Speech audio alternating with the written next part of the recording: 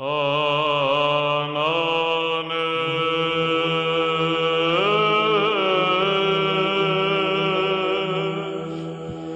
there!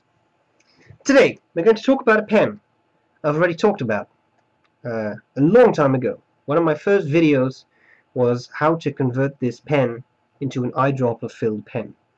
And then recently someone saw that video and said, why don't you do a full-blown review on that? And I thought, why not? Why not indeed? So that's just what I did. We're talking about a calligraphy pen. I'm going to talk about the Pilot Parallel. They come in a bunch of nib grades. I don't know them all just from the top of my head. I know that this one is 6mm. That's a very wide nib. These are calligraphy pens. They're not meant for everyday writing, although I suppose with some of the finer nib sizes, you got 4 nib sizes, you may be able to do some everyday writing. Okay, now there's a few things that are interesting about this pen. First of all, that's the shape. It's an elongated pen. Looks a bit like a quill, or maybe, you know, something like a desk pen. There's sort of elongated stuff going on. I'm going to cover the parts of the pen, tell what I like about it, what I don't like about it. And I'll do a writing sample. But first I'd like, no, you know what? I'll just cover the parts of the pen. Okay, on top it says 6mm. Not sure whether you can read that. It's not that important. But this way, you know immediately if you have the different pens which width you're actually using. And of course the caps have different colors, so you should be able to see it, but if you haven't memorized all the colors, then you can find it out there. There's no clip. There's just this sort of flared thing which you can use to grab. I always open it up by putting my thumb there. You have this long barrel which actually says Pilot Parallel Pen. I guess they sort of like alliterations over there. The Pilot Parallel Pen. And then you have the section, which is actually clear, and it allows you to see the feed, except when the pen is inked up, because then ink is actually right there covering the feed, which is how it should be. Now, this one is empty, and I had that emptied out because I want to tell you a bit about the mechanics of this pen. Strictly speaking, I would call this a fountain pen because the pen has its own ink supply, has a feed, and has a nib, but it's not really a standard nib. When you think of a fountain pen, that was a bit of a Bill Cosby. When you think of a fountain pen, then you probably think of a nib something like this, right? Well, these parallels are completely different. They're called parallel for a reason, you see. Reason you see is the parallel. Very strange. Okay, I forgot to take my pills. Here we go. You see that nib? That's kind of weird. It's very flat, and that's why it's called the parallel. You can just pull out your nib if you want to. In fact, you can pull out the whole feed assembly, which is useful if you want to clean it. I'm grabbing that nib, which is very flat, so I couldn't pick it up. Here you got that nib. You see how odd it is? It's pretty odd. These are just 2 sheets, plate metal, stuck together, and this is the actual bit you write with. That's why they're called parallel. Now, this offers you one interesting advantage. The pens come with cartridges, and I don't think they actually contain the platinum mix-free ink, which is bottled ink that's actually meant to be mixed around and, you know, create new colors. But you can mix the 2 inks. What you do is you take 2 of these pens and you touch the nibs, and then they sort of draw up each other's ink or something. This sounds very vague, but what will happen if you have black and red? I'm not going to demonstrate it because I don't have those cartridges anymore, but what happens if you have red and black, you start to write, then, I mean, if this holds red and you connect it with one of the black pens and you take them out and then you write, you will start out with black, and then as you write, the ink will turn into red, which is a lot of fun. I mean, it's kind of fun to see those shadings and the grades of the colors, which I like. All right. Last thing I wanted to talk about is the cartridge. No, sorry, the converter. These pens come with a thin sheet of plastic which you can use to floss the nib, which is very useful after a while if you collect some paper fiber in there. And they come with this converter. I believe this is the Con 20. I believe, Pilot Con 20. This is an aerometric converter, as you can see. It has a little rubber second there. You can press this, it draws up ink. Pilot says that you cannot use this to fill the pen with ink. You cannot use this for cleaning. So you just put that in there, you put this in a cup of water, you squeeze, you draw water, squeeze out the ink, etc. Well, explain this to me. Why do some of their pens, like the Metro and I believe the 70 AG, come with these converters to be used with ink? I don't see why you cannot put ink in there. The exact same converters. One thing that could happen is that they may become dislodged because it's a very long barrel. But I've never had that happen. This is pretty tight. I mean, you put it in, and it's in there tightly, believe me. So I just put ink in there. When I use this for encyclopedia entries, I use this to draw up ink. Alright. You can use what is, I believe, the Con 50 converter, which is one of those piston type converters, which they probably want you to buy separately. They're a bit more expensive than the aerometric converters, and in all honesty, the aerometrics work. Alright. I was talking about the parts of the pen. Well, I mean, these are the parts of the pen. There's a long, elongated barrel. There's a section which is fairly comfortable to hold. It's nice with the see-through bit where you can see the converter and you can see the feed. You can, as I said, you can, for cleaning, you can just pull out the feed. It's friction fit. You pull out the nib. It's friction fit. You pull out that little blue thing. You make sure you align them correctly. There's a little hole right there. Do you see that? And there's a little hole right there in the blue thing where you just want to align those two. And there you go. And you slide this back in. It's very difficult when you try to do this and try to keep things in focus.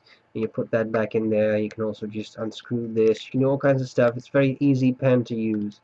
And that's all there's to it. So what you got there is a calligraphy pen that I love using. That you don't have to dip all the time. It just has its own ink supply. Works really, really well.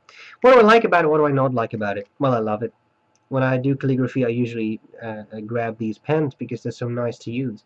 You can convert them into an eyedropper, in which you can fill the whole barrel with ink, and this is a big barrel, so it holds quite a lot of ink.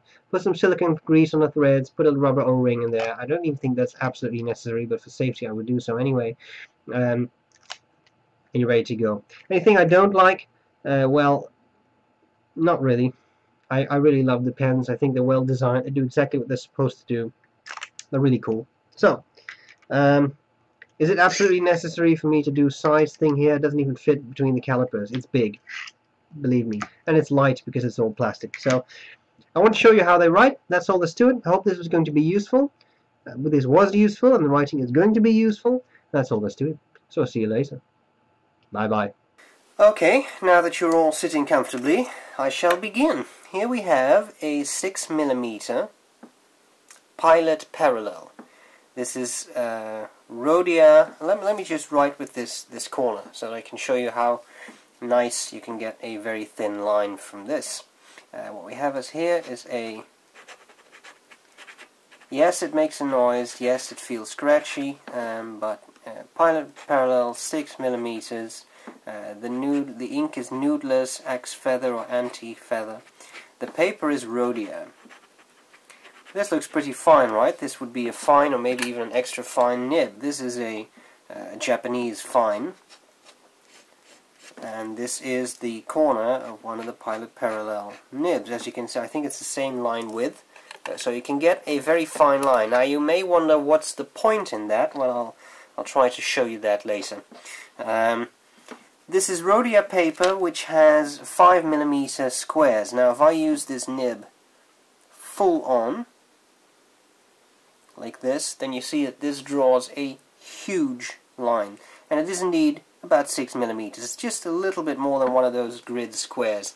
And again, if you compare that to this nib, then you will see that there is a minor difference in width. Maybe you would like to see some other nibs to get a bit of a feel of how wide 6mm really is. So what I have here, just have to grab some pens. What I have here is a Visconti 1.3mm stub, which is already quite wide. This would be a Pelican M800 with a triple broad nib, which is also quite wide. And this is one of those Knox nibs. This is an oblique double broad. So as you can see, even though all of those nibs are definitely broad, I mean, again, compare these two to that little fine line, they are not even close to a 6mm nib. So just to give you a bit of an idea of the majestic scale of these nibs. Alright, so what can you do with it? Well, you're not going to write a grocery list with this, right? I mean, you're not actually going to do cursive writing with it, like carrots, because that's not really going to be a very sensible thing to do. Now, what you can do with this is some calligraphy. Of course, there are many calligraphy scripts out there. Let's start with something like this, which is something I think a lot of people associate with calligraphy. What shall we do? Let's make this a little fancy. Now, the reason I do this is so that I can show you the point of using those corners for the fine lines. If you're using a dip nib, this is almost impossible to do, because you cannot just write with one corner of the nib. That would not work. You would not get any ink supply, and you would just draw a dry line or scratch into the paper. With these parallel nibs, you can.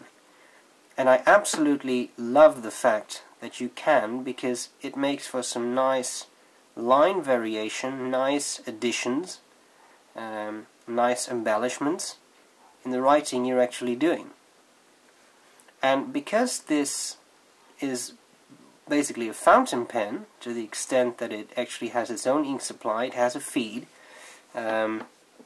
you can use this without dipping after every word you write, or sometimes even after every letter you write. Purists will of course say that this is not a true calligraphy pen, because true calligraphy is done with dip pens, etc., etc. Well, I don't really want to go into that. I'll just put it this way. This is so much easier to use, and in all honesty, I don't think you will be able to tell the difference between calligraphy done with this pen and calligraphy done with a true, say, 5mm oblique dip nib. I don't think you will see any difference, and especially when you're starting out with calligraphy, continuously dipping and redipping can be very frustrating, because you're trying to learn all the different letter shapes, and it's very distracting when you have to dip and redip every time you have written one letter. So that was just a bit of a rant on the use or disuse or dysfunctionality of dip nibs. I mean, there's nothing wrong with dip nibs. I use them too. They're fun to use, and yes, they can get you a very nice result when you're actually doing calligraphy. But you know, when you're learning, they can just take a lot of time because of all the continuous dipping and re-dipping, which I personally find a bit distracting. When I'm doing calligraphy, it's a very relaxing thing, but I want to be able to just write and not dip and re-dip all the time. So this was a little bit of poor foundational. And you can do all kinds of stuff with this. So this nib will allow you to do that. And as I said, you can get them in 4 different nib widths. I only have this, so I can't show you the other ones. I'm considering purchasing them, but for me this would probably be pretty good.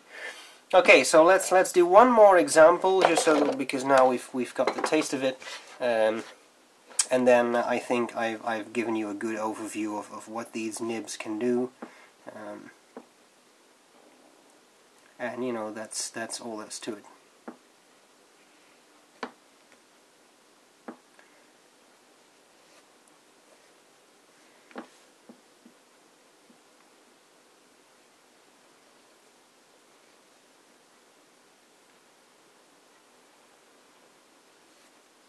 I'm making these letters too small for the width of the nib, which is why they look a little stuffy and odd. There you go. Alright, so I hope this was useful. I hope this has convinced you to try out a Pilot Parallel pen. They are a lot of fun, very wet, very pleasant to use. I mean, if you're an artist, you need to cover a large space in ink fairly quickly, then I mean, this is the way to go, unless you want to use a brush. But if you don't, then I think this is an excellent way to you know, do that. And that's all there's to it. So I hope this was useful.